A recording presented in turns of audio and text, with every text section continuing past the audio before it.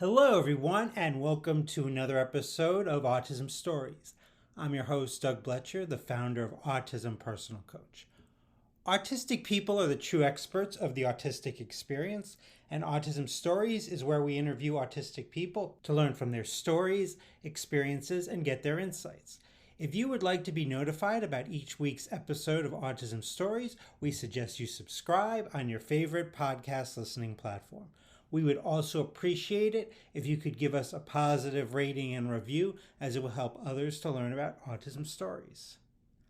On today's episode, Stephenie Calhoun joins us to discuss opening up a dog grooming academy, how her academy focuses on the needs of neurodiverse students, and the history of dogs and how they became domesticated. We hope you enjoy today's conversation. Stephenie, thanks so much for joining me here on Autism Stories. Hi, thank you for having me. I wanted to start off our conversation by learning, where does your story in the autistic community begin? Well, I was diagnosed with ADHD when I was 18. Though I did find out my kindergarten teacher should have told my mom I should have been diagnosed. But my mom never sent me to get the diagnosis. But I during lockdown in 2020, I was just grooming at the time, full time. And so we had to completely stop for 6 weeks. And I had nothing to do. So I learned a lot about myself. I think a lot of people kind of did during that time. And I actually started learning more about ADHD. And then that kind of pushed me into learning about autism. And then I was like, oh, this makes sense. And so it just I learned about it. And after a while, I talked to my therapist and my psychiatrist about it. And they were both kind of like, we can't, we'd have to send you for testing for actual diagnosis, and we could do that. But, we're not disagreeing with you. But my insurance doesn't pay for all the testing, so I haven't gotten, the official diagnosis yet. But that's I kind of got into it. And as I started getting into teaching for my school, I was kind of finding my path, and it was a struggle because of the ADHD and autism. I'm not very good at the detail stuff. It's hard for me to sit down and do all of the detail stuff. I'm much more of a big picture person. I was really struggling with a lot of that stuff while putting the school together, and really started to put work into learning how, figuring out systems that worked for me. And my coach, actually, I had a coach that was teaching me, kind of helping me with putting together my programs. And she was like, you're learning all of this about yourself, but you're making it more, because of this, you've been making this all much more accessible, without even thinking about it. I just started doing things. And she's like, why don't you make that your main focus? And I'm like, oh, that does make sense. And so I found out that a large portion of the grooming community is some sort of neurodivergent. There was a lot I could do to help. So it's kind of the story. Hearing you say a large portion of the grooming community is neurodivergent, it does not surprise me at all. Yeah, we tend to flock towards the animals. They make a little more sense. Mm-hmm. So Now, you were just talking about accessibility. You're the founder of the meditative groomer that makes pet grooming more accessible to anyone, with a special emphasis on neurodiverse learners. So I'm wondering what some challenges might have been for you, in terms of learning and understanding how to be a groomer.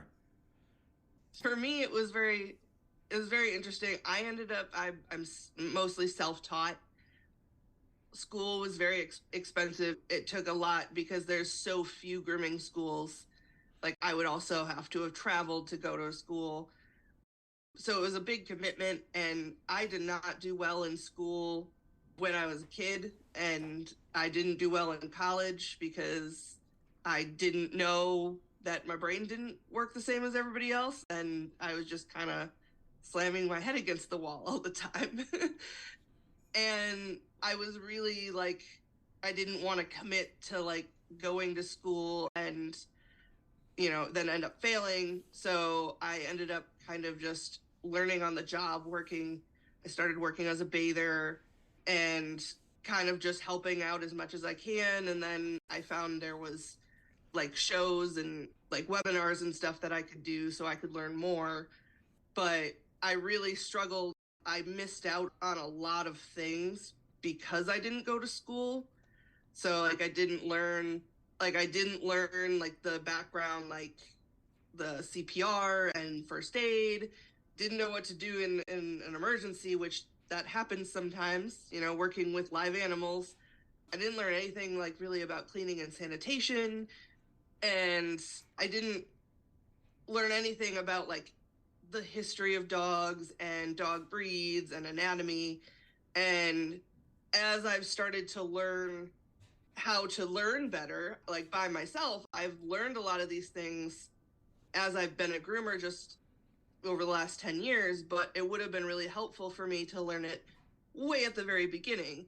And I realized that I went to quite a few of the other schools to kind of just see how they run. And I realized that none of them really, there was great schools, but none of them were very neurodivergent friendly. It was all very, very fast paced. You never really learn to talk to clients. You're just kind of given a dog, and you like, there'll be like 20 other students and one teacher, and you're just like, you have to just kind of figure it out as you go, and the teacher comes by and checks on you basically. And for someone who, I mean, even someone who is neurotypical, they were struggling with it. But like, I was at one school for like 2 weeks, and it was a great school. They turn out great groomers, but it was so stressful the whole time because there was so much going on. And I just realized that so many of these schools, it's like that. And I wanted to really do things in my school to try to help with that. That's the answer to my question. Through the Meditative Groomer, you teach people how to get into the field of grooming pets, whether it's being a bather, a groomer's assistant, a groomer, or a stylist. So, what would be suggestions you have for those that are interested in grooming but aren't sure which of those positions might be right for them? The way I actually set up my school is that it's kind of a building block thing.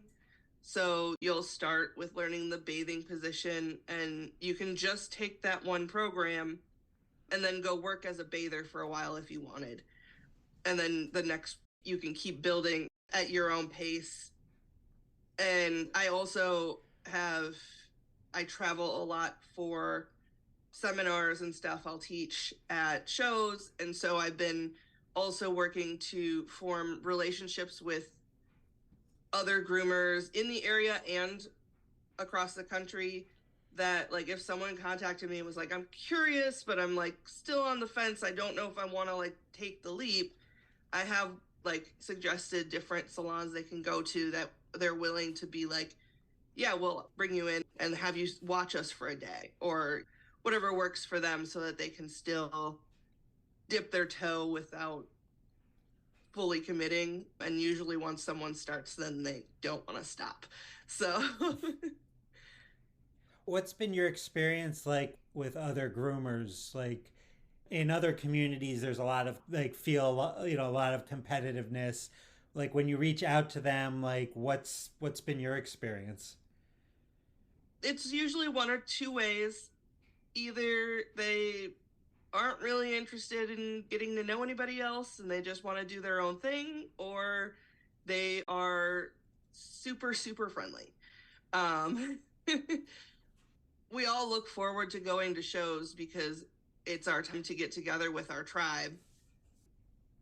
A lot of, like, especially like my area, like we do a lot of like meetups and, dinners together. That we do have a lot of that like networking going on with a majority, I would say. There's just some that they want to kind of be their own. They're like, I'm just going to do my thing over here and please leave me alone, and that's fine. You were talking a little bit earlier about first aid and CPR. I know you teach a class on this, so I'm wondering what life saving techniques are vital for people to understand, because for us pet owners, myself included, we love our pets, but like I think that's one of the biggest fears. Like if something like that happens, what do you do? Yeah. So the class that I teach is about 5 hours long. It is very in depth, and there's actually an 8 hour version where it goes into like taking care of like senior pets and stuff like that, because there gets senior pets are a whole nother level once they get older. And so I talk about like CPR and choking and bleeding, like wounds, different bites from insects and snakes and stuff, and then heat and cold injuries. But I'd say like the most important thing that we actually talk about is we call it the snout to tail assessment. And it's basically, there's two different versions, where one is more of like a wellness thing. And we suggest to everybody, because these classes are meant for pet owners, and you do a wellness kind of exam every month, because your vet only sees your dog every 6 or 12 months. Groomers, we see it more often, so that's why I started teaching, is so I could teach my students. But we see dogs every 6 8 weeks, and we might notice differences. But if an owner is on a regular basis checking over their entire dog, they'll notice differences in their dog. If there's something going different, if their hair is different, if maybe there's a new bump, they can notice that. And so this wellness one, and we recommend you keep a journal, and you just kind of, you go over the whole dog, you feel everything on the dog, you check their like vitals, you'll check like capillary refill, heart rate, and there's another one that I'm not having recall of right now. But we check like vitals, then just making note if there's like a bump somewhere, or like this bump is growing a little bit, those types of things, so that we can tell our vets when we go in, we can say, oh, there's this new thing. Because they might not know, they see all of these animals and only see them every 6 to 12 months, that they're not going to be able to remember every little bump that was on that dog. That's why we have that one. And then there's the injury version of the snout to tail assessment, which is more in an emergency, trying to kind of, it's quicker and more focused on like essential life support. It's just, making sure that they are breathing and their heart is beating and those kind of things first. And then, checking to see if there's an injury somewhere. And it gives the owners kind of this really good basis on how to handle the situation. Even though there's a million different situations, it kind of narrows it down more to like, it could either be these, few things, and then you should do this kind of. It's a little more broken down and easier for people to understand, like, okay, so I need to do this, and then I'll go to the vet, or I just need to go to the vet first, or depending on what's going on. And it gives the owner the ability to stabilize their dogs in an emergency too, in order to get them to the vet, because some people, they have a very long drive to the vet, or their vet has a like 8 hour long waiting list. Being able to get your dog stable and at least like get them breathing, get their heart beating, or whatever they need to keep, to stay alive, so that they can get into the vet, and the vet can then take them from there. I think the whole thing's important, but definitely the snout to tail assessment. Many autistic people love history, so I'm really interested in a class you teach called The History of Dogs and how they became domesticated. What are some of the highlights of that history? My favorite part really is talking about how basically, so dogs are relatives of the gray wolf. The gray wolf was, you know, their descendants actually of the gray wolf relatives. And basically the wolves started to, like, their weaker ones that like got cast out would be like, oh, if I hang out by these humans, they'll leave their scraps of food and I'll just keep all of the other wolves away. And so they kind of formed, like, I love how they formed that like symbiotic relationship, and it just became like, yeah, these cast outs from the pack then form this relationship with humans that in other case for the pack it wouldn't have they wouldn't have had as much of that relationship. And just how they kind of the domesticated each other almost. And then like they started using the wolves, or well, as they were, going into wolves or dogs, they started using them for, hunting, because they were hunter gatherers, and so the dogs would help with hunting. And then as we became more agricultural, they kind of also morphed with that, and they started to help them with the agricultural side, either herding dogs and stuff like that.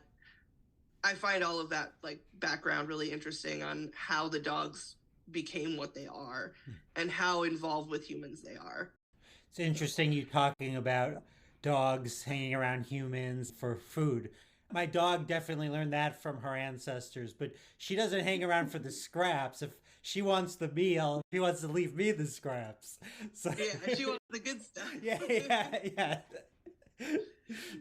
Now, Yeah, they definitely got the good side. yeah. I wanted to get back to talking a little bit about accessibility and inclusive learning and training. Since you do that with Meditative Groomer, how do you make the training for your learners more accessible and inclusive? So I have small class sizes. I only do 4 students tops at a time.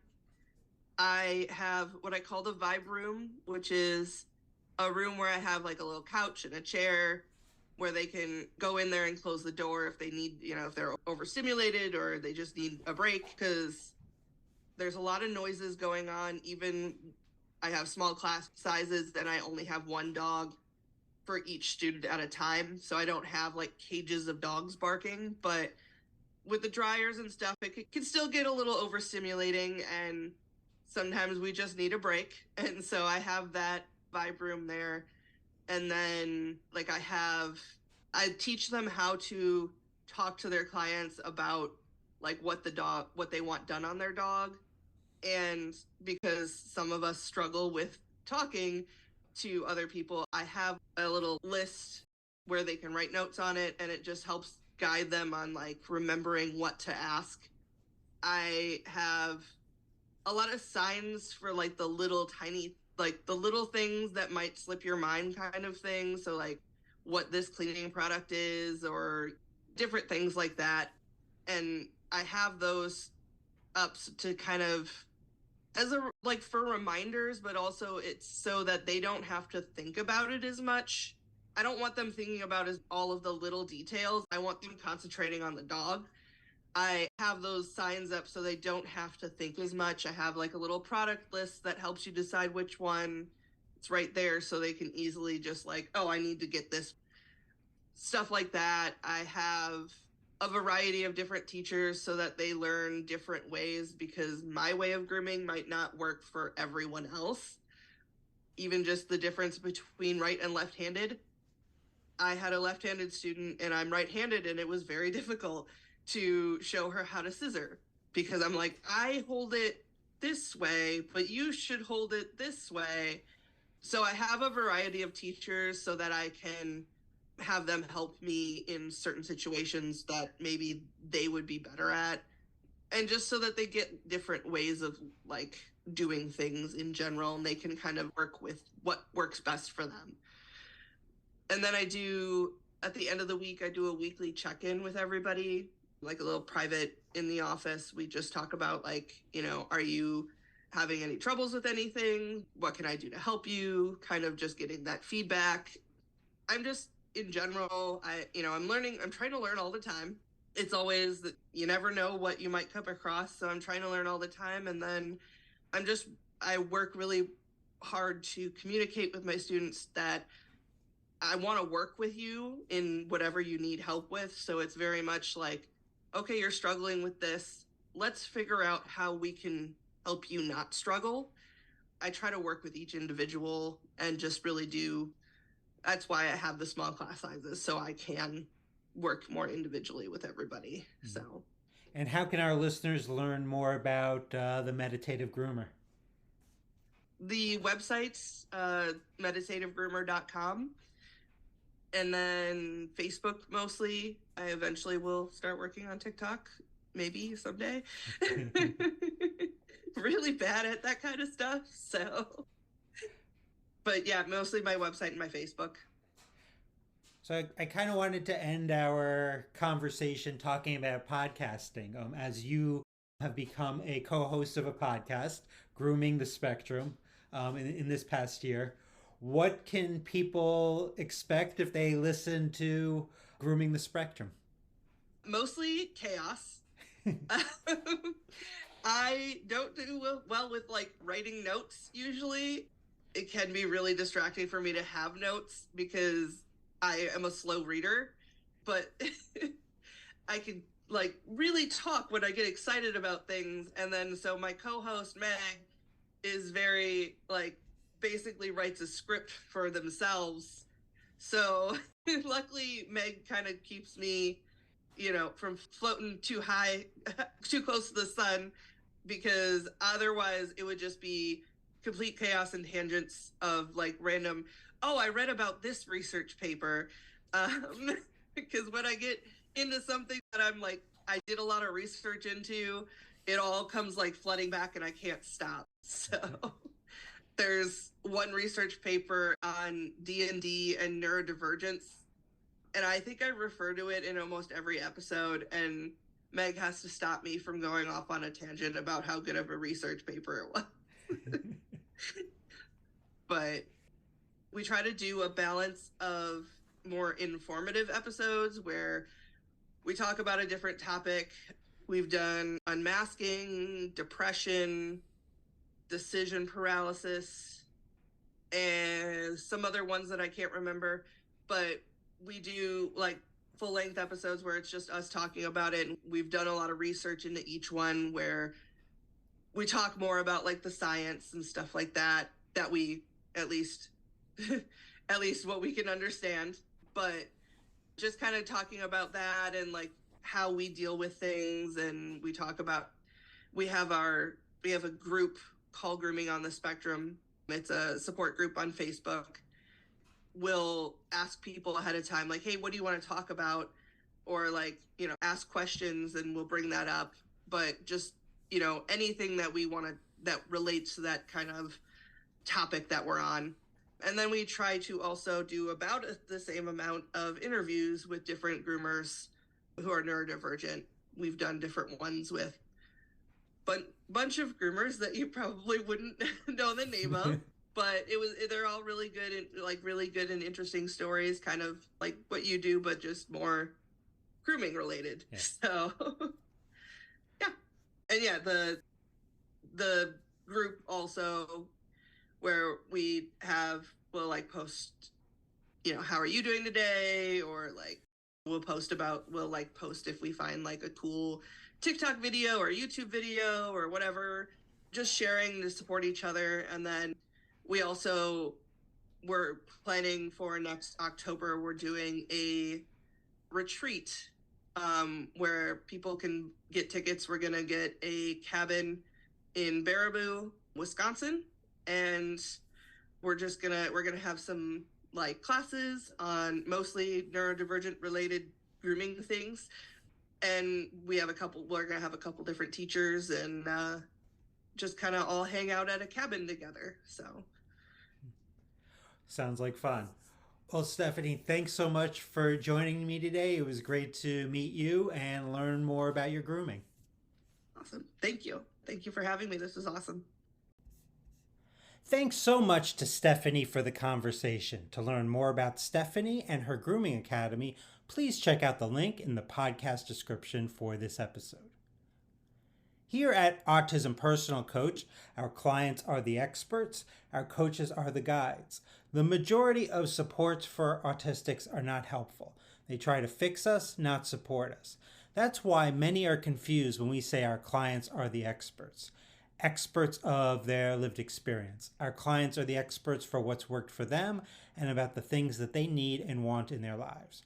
Our coaches first listen to our clients and then ask thoughtful questions, offer resources, and strategize with our clients so they can get what they need to thrive.